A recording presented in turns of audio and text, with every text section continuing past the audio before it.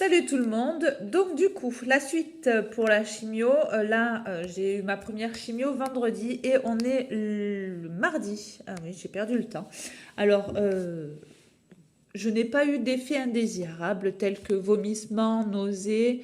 Le lendemain, le surlendemain, je n'ai rien eu, à part la fatigue. Mais ça, je mets sur le compte non pas de la chimiothérapie, mais du fait de faire des allers-retours parce que je me suis quand même levée à 6 heures pour partir à 8 heures, avoir un rendez-vous à 10h15, mais en fait être en salle d'attente.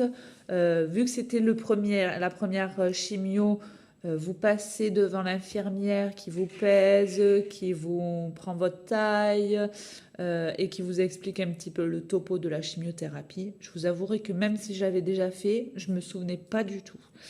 Donc du coup voilà, vous passez dans son truc et vous attendez de voir le médecin chimiothérapeute qui vous verra à chaque fois avant chaque chimio pour voir comment vous vous sentez, tout ça, et pour vous prescrire les médicaments qu'il faut ou pas.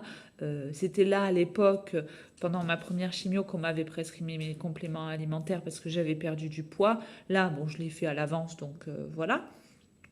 Mais c'est là où il va vous donner des traitements si les médicaments contre la nausée ne fonctionnent pas, ce genre de choses. Et pour voir votre état de santé mentale aussi. Voilà. Donc ça, c'est la première partie avant la chimiothérapie. Donc du coup, voilà. Et ensuite, vous attendez de passer à la chimiothérapie. Et ça, c'est hyper long. Donc je vous rappelle, je me suis fait prendre un taxi à 8 heures. On est arrivé à 9h30.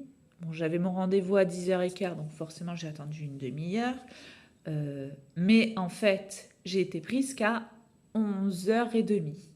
Bon, c'est bien parce que j'ai pu manger sur place, au moins, voilà. De toute façon, c'était le cas. Mais donc du coup, voilà, j'ai attendu jusqu'à 11h30 d'être prise en charge. Première chose.